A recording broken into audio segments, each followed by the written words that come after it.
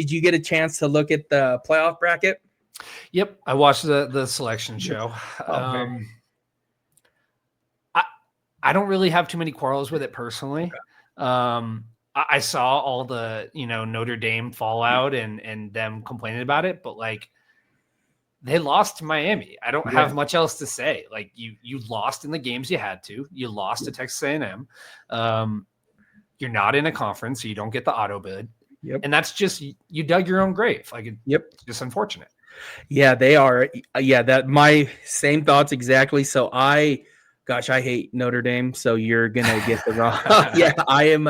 So yeah, growing up, I grew up as a USC fan until we came to Colorado and all that. I still like USC, but I hate them. So nicely put. Like they do got to join a conference at some point. This cannot keep happening, and then that AD came out and said, well, if we're ranked in the top 12 moving forward, and it's like, dude, why would you say that part out loud? Like, what is wrong with you? Like, did you see that today? Yeah, I did. Or yesterday, I guess it was. Yeah. It's the other part about it, which is so like, and again, this goes back to like the whole ruining college football thing. Yep. Them pulling out of the bowl game is just like, I would do something like that when I was an 8-year-old kid. I heard this on a different podcast today, but it's the taking the ball home, when you don't get picked on the team thing. It's sad. Like you got for those kids, it's just bad for the sport. Yep.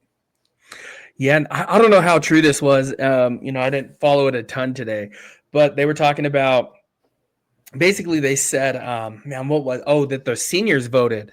I don't know how true that was or not. Nobody quote me on that, but that is what I heard. Again, I don't know how true, because all these different reports come out, and that was early this morning though, so I could be completely off with that. So I don't know how real that is or not, but it was I don't know if that was the case. It's still, I still don't like it either. I have to imagine that in one way or another, the team was involved. Like if it was just Marcus Freeman that was like, we're not playing, I'm assuming they would all be like, somebody would come out and say something. So I don't know. It's sad either way. Like, I don't know how, if I got a chance, looking back in high school, the last time I ever played, if I had a chance to play one more game with like the people that I actually, considered brothers, I would do anything for that. So you kind of lose that opportunity. It stinks. Yeah, nope, I'm with you 110%. You think so Tech gets the 4 seed. BYU, do you think they got snubbed? No, BYU was a heartwarming story. I don't think they got snubbed. I looked at it when it was going live, and I was like, it makes sense. Alabama being in is a little bit weird, but you kind of always expect Alabama to be in. I guess I'll flip this back on you. Like, what is your thoughts on the whole G5 auto bids and like JMU and Tulane being in? I think there only should have been one of them. Yeah. I think Tulane. Again, maybe that's just more the national spotlight and all that, but right. I think they should have got in. I don't think JMU has any business in the college football playoff. But then, and I don't think Alabama should have got in with 3 losses. I mean, those 3, you lose to Florida State. Like there was, I don't understand that piece of it. But again, who do you put in then at that point, right? Because there is Vanderbilt. There's you know what I mean? Like BYU, Notre Dame, who comes in at that point? So it's I'm not sure though. Yeah. I see Larry in the chat. Yeah, it's hard. Like that game in and of itself against Florida State was the first game of the season. Like, how do you really knock a team for, it's a brand new season, new staff. Like it's hard to really come to terms with that. It's cool seeing JMU post Signetti still thriving, and then Jake Retzloff leads Tulane, to the CFP. But at the end of the day, like, I just don't want a recap of what happened last year, where the first round games are all blowouts and it's super boring. Yep. And I think that JMU and Tulane are set up for that. Regardless, no Lane Kiffin there at Ole Miss for Tulane, but it's just, and again, they're the one that is more deserving. But again, I don't know. I just think JMU would have lost. BYU, Notre Dame, Vanderbilt, those handful of teams would have beat them that are the next 4 or 5 in line there. So it is what it is. I'm everyone gets bent out of shape about the 11 and 12 seed though.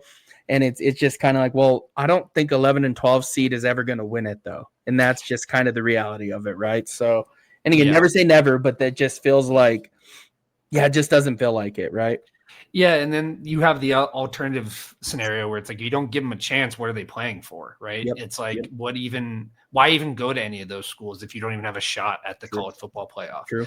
So, I mean, there's always like I'm rooting for Ole Miss. I'm an underdog guy. The whole I don't like the Lane Kiffin leaving thing. So I'm really hoping that they make a run and prove him wrong. But I also could see a world where Tulane has a upset there just because of the instability. I'm glad you said that because I don't think I don't think I didn't have enough in me to say that. So I'm gonna let you live with that one. So guys, if he is completely wrong, you guys go after because that's kind of what I wanted to say. I was like, I'm not gonna put myself out there in front of everybody. Yeah. No, I mean, we'll see. It's going to be interesting, and I'm just curious to know whether or not they're going to keep this format moving forward, or if they're going to have to revamp it somehow. Yeah, 16 is seeming more likely, right? As we get, I mean, again, I don't know how much it matters because one of those, and I know Ohio State, but that was different last year. But you almost feel like one of the top 4 teams is going to win it. And almost you want to feel like one of these top 3 teams, right? Like Indiana. I don't know if and I want to see Texas Tech play against a really, really good team because, if we're being completely honest, Big 12 didn't have a really good second team this past year, right? Yeah, 100%. I mean, I still think that it's at the end of the day, I think Ohio State and Georgia on that one side, to me, that's kind of your national championship. I think Indiana's great.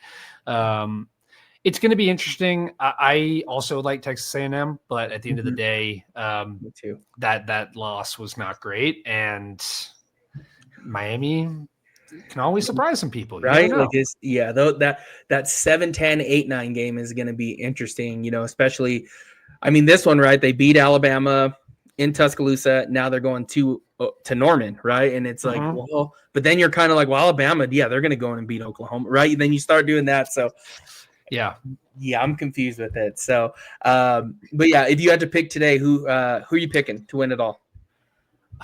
Oh gosh, to play it safe, I'm picking Ohio State. I just top to bottom, like I know Indiana won, and that's really huge. But I think having been to the mountaintop, and I think Ryan Day getting that off his shoulders, I think that they're going to be built for a run.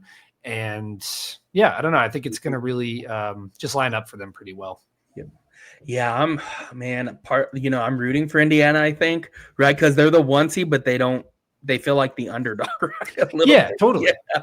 So I'm rooting for Indiana, but I don't know I would say you're probably looking at an Indiana, maybe Ohio State rematch. I mean, it's going to be Ohio State or Georgia on that side, right? So, but then I'm curious to see if Tech wins and plays Indiana, what does that look like? So I'll take Indiana today. So that's just where I'm going today. Yeah, don't get me wrong. I'm a sucker for an underdog too. Even though they are the 1 seed, they feel like an underdog. It's weird. Yeah. I think Cignetti is really likable. I think Mendoza, shout out to my brother. My brother had it first. He called he was going to be a really good quarterback. So, I think it's a likable team, and going back to it, it's like there's not a whole lot of 5 or 4 stars. I don't think there's any on that team. So that really shows you what a good coach can do at a program with decent resources. Yep, absolutely. Yeah.